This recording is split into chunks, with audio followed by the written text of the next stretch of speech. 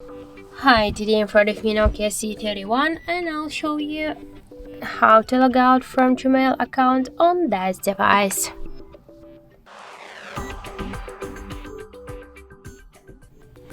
So first, to do that, we should open the Gmail application.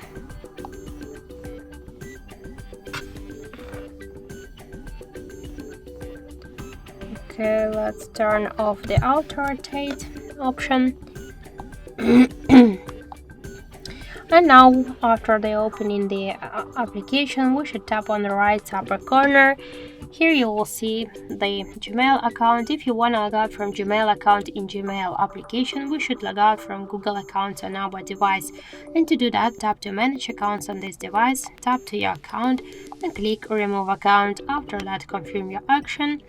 Are you sure? Tap to OK.